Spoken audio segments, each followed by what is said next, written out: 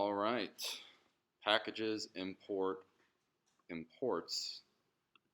visibility, and statics in relation to Java. So that's what we're going to be talking about today. I used this template not realizing that that top bar was part of the actual image. So I think I was supposed to put something up there, but I didn't. But I thought it was a cool image, so there you go. So here's our overview.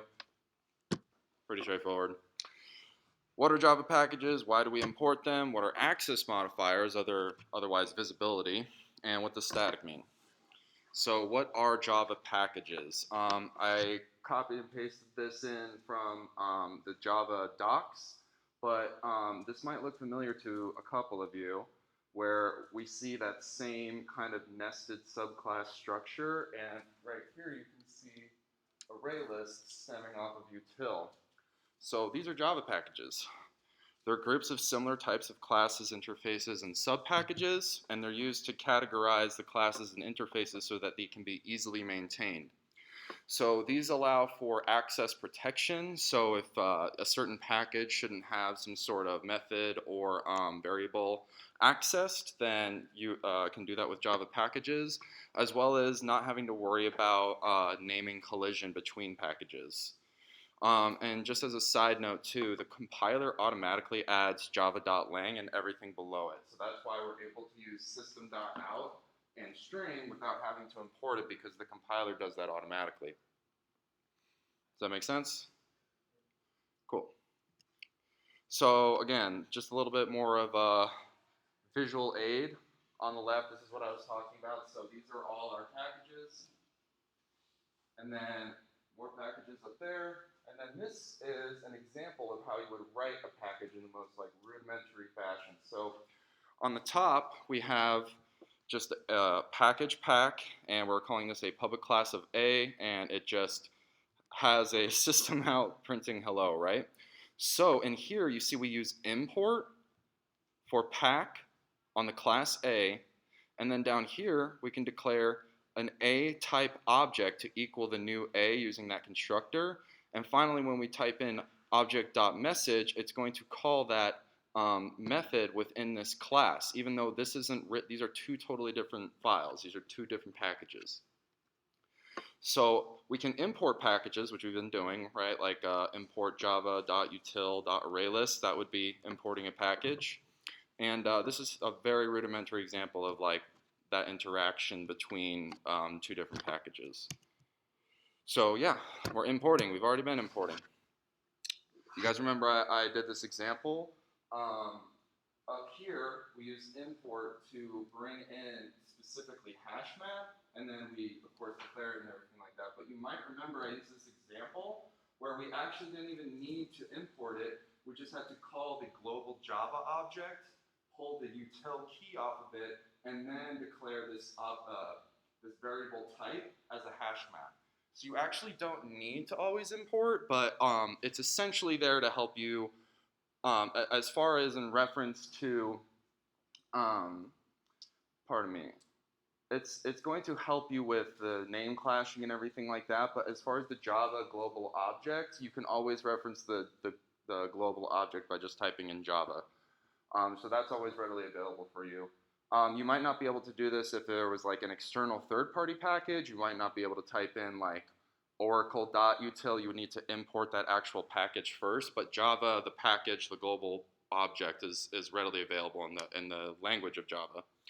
So once again, I forgot I already said that, but it automatically imports java.lang packages. And the import statement allows you to import an entire package or only use certain parts of it, which is what we're doing right here. So we're not importing the entirety of util. We're specifically importing hash map in this statement.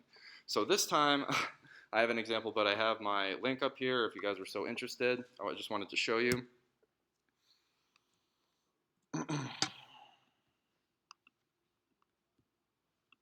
Cool. So let's pump this up. And up here, if you recall, when I was showing this example yesterday, I had to import both of these. But if I take array list, I hit Control F, I drop this down, and have my view obfuscated. There we go. Copy this, throw that in there, replace, replace all. Now I can delete this line and everything works just fine because I don't need to import that package, but it just saves me time because now if you look, instead of me saying array list everywhere, I'm calling java.util.arraylist. Java.util.arraylist. I could do the same thing with the abstract list if I wanted to go through and just call that global Java object, but importing in this sense with native Java packages, it's just to save you time typing essentially. And obviously it still works. This is our nested list, right? That's the thing we're trying to do.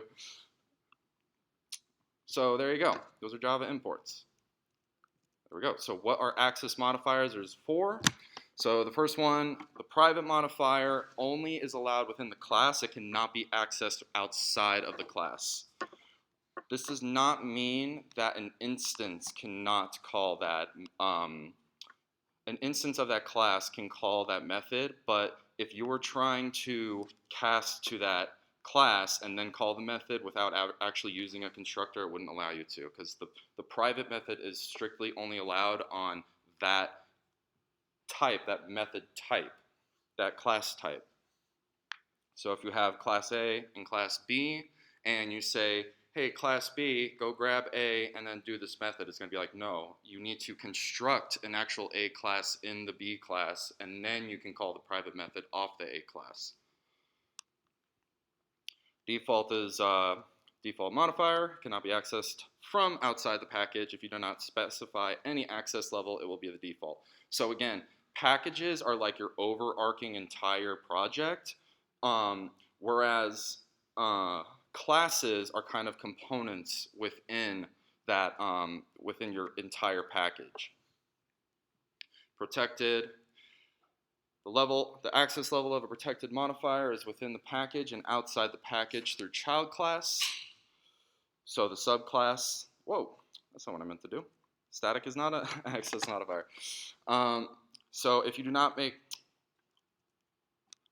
the subclass, it cannot be accessed from outside the package. And finally, public. This is the one we've probably seen the most. It can be accessed anywhere within the class, outside the class, within the package, and outside the package. So it's usable anywhere. So there's a lot of different modifiers that we can declare our classes and our methods with to make sure that we have strict control over where they're allowed to be called and where they're allowed to be called, essentially. So static. Static is not an access modifier. I pulled this up. I gave credit to Java Point. I feel like they did the other example too. I feel like this is probably the best way to visualize what static is doing. So at its core, a non-static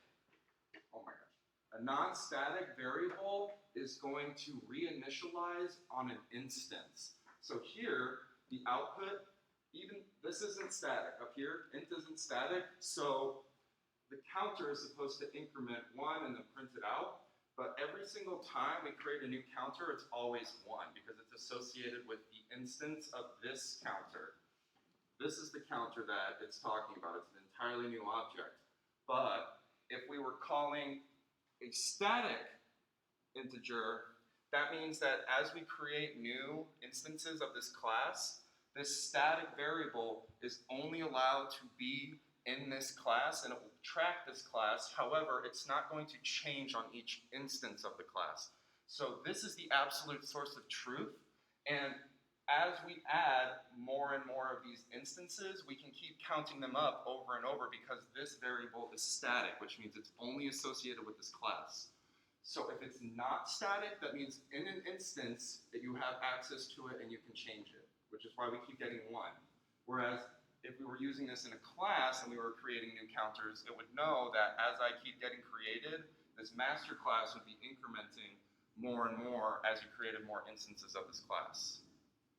Does that make sense? Any questions? We good? Cool. So there also is, oh, well, there you go. I forgot I did that. Yeah. Static variable are class specific. Instance variables are instance specific. If you create a new instance, this is going to be rewritten, no matter what you put, well, as you declared it, rather. Up here, it will retain its state. It will maintain that value if it's static, as long as it's associated with that class. Static can apply to methods as well. So I thought this was another really basic example, but you can see up here he has a class calculate, and it's a static method that returns an integer, and it takes in an integer, and then we're going to return the cubed integer. So here we have another static, we have our main method, and in here you can see int result equals, now we're calling the parent class to run its cube method on 5. And so since we're setting this equal to the valuation of this, we can print that out. However, if we were going to try and create an instance of calculate and then run this, it wouldn't work as we expected it because, pardon me, the instance would only ever return however we initialize it. So if it doesn't error out entirely, you would need to make sure that this either isn't static and you can change it, or you would need to refactor your code in some way. Right here, this is a static method, so we can call static methods from within our own static method, and then we can store the result of this static function and then print that out. Does that make sense? The only way of accessing a static method is by using the class name instead of the instance. Pretty much if it's static, anything it deals with is going to have to be static as well. Like for example, you create an instance of it called, I don't know, calculator. Mm-hmm. And then you do calculator.cube of 5. That's going to error out. When you call it in here? Yeah, like if you were to do calculator equals new calculate. Yeah, if you try to create an instance of that static method, it wouldn't work. Everything static has to stem from that parent class, and the reason that we have access to calculate right here is because it's in the same class. So this up here ends down here, so that's why we have access to calculate. But then the dot cube is a static method, but we're already in a static method, so we're allowed to cross-reference static types. If either of these weren't static, then it would error out and say you cannot access. I've seen the error before. It says like static modifier cannot access data outside scope or something like that. So there you go. I'm not going to pretend like I know Java all the way through, but I thought that was the most like straightforward example of like showing what static does. And so I also have some caveats. You cannot use static data you cannot use non-static data member or call non-static method directly. So if you're using a static method, you cannot use non-static data members, data types. And then you cannot also call non-static methods directly. So that's why we have to do that. And then this and super cannot be used in the static context because these refer to instances. So this would mean if you were to create a new instance of a class, this would reference that instance of the class. Since we're using static, we can't use this because we can't make an instance of a static class. The static class is essentially like top dog, he's at the very top, and as long as he's still in our package, we can reference it. But when we're declaring a static class, this and super cannot be used because this is used in reference to the instances of a class, and super is used in the construction of a class, and I'm guessing that's not allowed because it would also help you create an instance of it as well. So yeah, any questions on that? Cool. So we have some trivia for you. I thought some things were interesting. So why is the Java main method static? It's because the object is not required to call a static method. If it was non-static, the Java virtual machine would create an object first and then call it main method, which would result in the problem of extra memory allocation. So static, anything that's declared static will initialize its memory like immediately at runtime. That's why the main method has to be static, because you don't want the JVM to spin up and then have to call that method. You want it so that it's static and it just calls it once and initializes it, and that way you don't have that memory allocation problem. And can we execute a program without main? No. One of the ways was the static block, which was possible until versions 1.6 and 1.7, but since 1.7, which I think you guys are on 1.8, you are no longer allowed to execute a Java class without a main method. So I thought that was interesting. Here's all my references. I'll show you. I'll Slack this out or whatever when I'm done. You guys can take a look. A lot of these are just docs, and then I was just asking John some questions, so I thought it'd be funny to throw it up there. But yeah, any other questions on what I went over? What are we doing?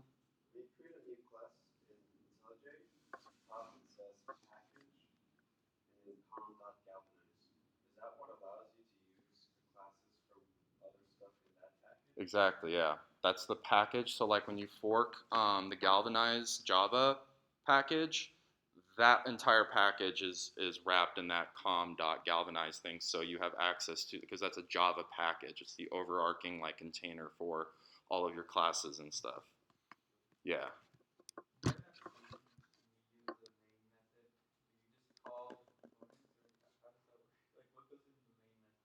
The main method, it's kind of as far as I know from C++, it's just kind of this weird um, thing that exists from just the way that computers compiled and ran like way back when, that they always needed some sort of exit code.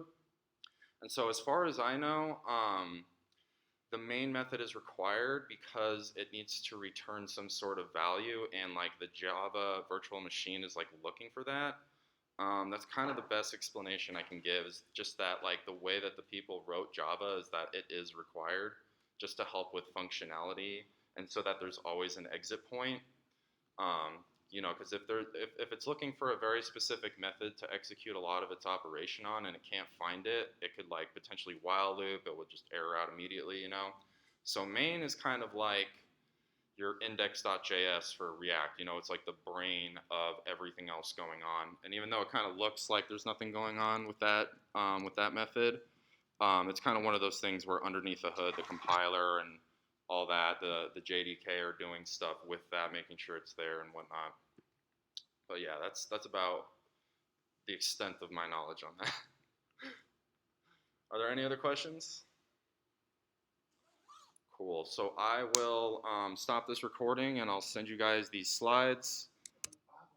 Sure.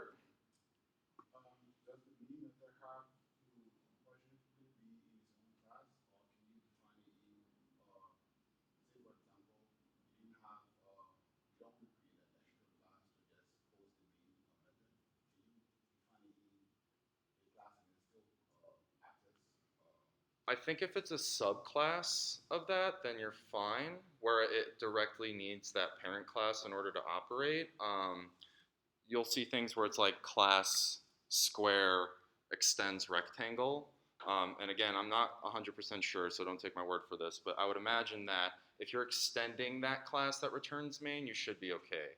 Because the class that depends on the one with main on it is like it won't run on its own, so it needs that main class.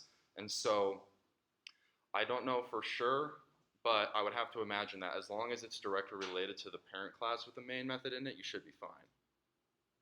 Yeah, it's a good question. I'll have to look into that in my spare time. Any other questions?